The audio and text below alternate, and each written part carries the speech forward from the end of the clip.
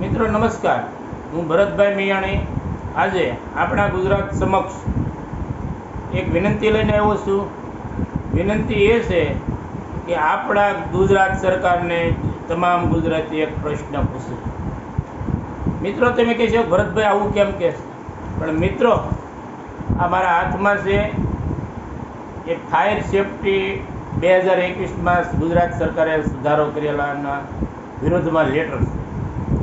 મિત્રો ગુજરાત સરકારને આપણે પૂછવાનું છે કે 2021માં ફાયર સેફટીનો સુધારો લાવવાથી ગુજરાત સરકારને ફાયદો થયો હતો. મિત્રો ગુજરાત સરકારને શું લેવા સુધારો કરવો પડ્યો? મિત્રો સુધારાથી સ્કૂલોના ફાયદો શું થયો? મિત્રો ગુજરાત સરકારને મુખ્યમંત્રીને પૂછવાનું છે કે ગુજરાતના ફાયર સેફટી 2021ના સુધારાથી ગુજરાતના વિદ્યાર્થીઓને કેટલી સલામતી મળે, ગુજરાતના શિક્ષણને કેટલી સલામતી, ગુજરાતની હોસ્પિટલોને કેટલી સલામતી મળે, કે ગુજરાતના કોઈ પણ રેસ્ટોરન્ટ હોય એને કેટલી સલામતી મળે. આ સુધારાથી સલામતી કોને મળી? મિત્રો ગુજરાતનો તમામ એક નાગરિક આજે સરકારને પૂછે એ માટે હું આ વિડીયો બનાવી રહ્યો છું. આ જે મારો લેટર છે એ લેટર 2021નો ગુજરાતે સુધારો કર્યો છે, ગુજરાત સરકારે એના વિરોધમાં છે. 2021થી હું લડી રહ્યો છું સુધારો પાછો ખેંચવા માટે. મિત્રો ફાયર સેફટી માટે તો હું 2015થી લડું છું. ગુજરાતના તમામ સ્કૂલોને ફાયર સેફટીથી સજ્જ કરવા માટે 2 વખત મેં માહિતી આયોગમાં જઈને હુકમ લાવી અને ગુજરાત સરકારને માહિતી આપી કે આવી સ્કૂલો ચાલે છે, આમાં છોકરાનું ભવિષ્ય નથી, એમાં મૃત્યુ થાય, છોકરાનો તક્ષશિલા જેવી ઘટના થઈ એ મેં કીધા પછી થયેલી છે, છતાં સરકારની આંખો નથી ખુલ્લી. અને આજની તારીખમાં સરકાર આ જે માહિતી મેં આપવાથી સરકારને સ્કૂલોના ભોપાળા દેખાવાથી સ્કૂલો 2021માં સ્કૂલો માફિયાના દબાણમાં આવીને સરકાર ફાયર સેફટીમાં 2021માં સુધારો લાવી માટે સરકારને પૂછવાનું છે કે આ ફાયર સેફટીના સુધારાથી ગુજરાત સરકારના વિદ્યાર્થીઓને, ગુજરાતના નાગરિકોને, ગુજરાતના દર્દીઓને ફાયદો શું થયો છે? શું રાજકોટની ઘટના ફાયર સેફટીના સુધારા પછી તક્ષશિલા જેવી ઘટના નહીં બને, વડોદરા જેવી ઘટના નહીં બને?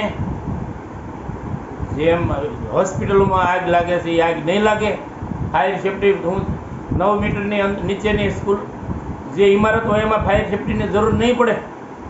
સરકાર કયા મુખે આ સુધારો લાવી છે? મિત્રો એક નાગરિકને જવાબદારી બને ગુજરાતી હોવાના નાતે હું તમામ ગુજરાતીઓને કહું છું, એમાં વડાપ્રધાનથી માંડીને નાનામાં નાનો નાગરિક ગુજરાતી આવી છે, તમામ પૂછે સરકારને ગુજરાતી હોવાના નાતે, પત્રકાર હોય, નોકરિયાત હોય, ન્યાયાધીશ હોય, વડાપ્રધાન હોય, ગૃહમંત્રી હોય, ગુજરાત સરકારને પૂછે કે આ સુધારો ફાયર સેફટી 2021માં જે સુધારો લાવ્યા છે આ સુધારાથી ગુજરાતને ફાયદો શું છે? અને જો ફાયદો ન થયો હોય તો વહેલામાં વહેલી તકે ગુજરાત સરકાર આ સુધારો પાછો લાવે એવી મારી નમ્ર અપીલ છે. અને તમામ ગુજરાતી 1.5 કરોડ ગુજરાતીઓ તમામ આ સરકારને પ્રશ્ન પૂછે, તમામ પ્રેસવાળા આ તમામ આ પત્રને રિલીઝ કરીને સરકારને પૂછે કે આ તમે કર્યું છે હું? મિત્રો જે જગ્યાએ દસ્તાવેજની જરૂર પડે, પુરાવાની જરૂર પડે ત્યાં દેવા હું તૈયાર છું, પરંતુ સરકારને પૂછી આ મજબૂર કાયદો પાછો લેવામાં, સુધારો પાછો લેવામાં સરકારને મજબૂર કરવો તમામ સ્તરેથી એવી મારી નમ્ર પ્રાર્થના. તમામ ગુજરાતના ધારાસભ્યો, લોકસભ્યો, રાજ્યસભાના સભ્યો, વડાપ્રધાન, ગૃહમંત્રી તથા તમામ પક્ષના કોંગ્રેસ, ભાજપ, આમ આદમી પાર્ટીના તમામ પ્રમુખો, સત્તાધીશોને તમામને મેં આ વોટ્સઅપ, ઈમેલ દ્વારા લેટર 500થી જ્યાદા જણોને મોકલ્યા છે. અને પત્રકારો, મીડિયા તરફથી હું બધાને કહેવા માગું છું એક ગુજરાતીને આ આપણા કાયદાનો ગુજરાત સરકારે કરેલી કૃત્યોની જાણકારી મળે, તે પહોંચતી થાય એ માટે પ્રયત્ન કરો એવી મારી તમામને વિનંતી. જય હિન્દ, જય ગુજરાત.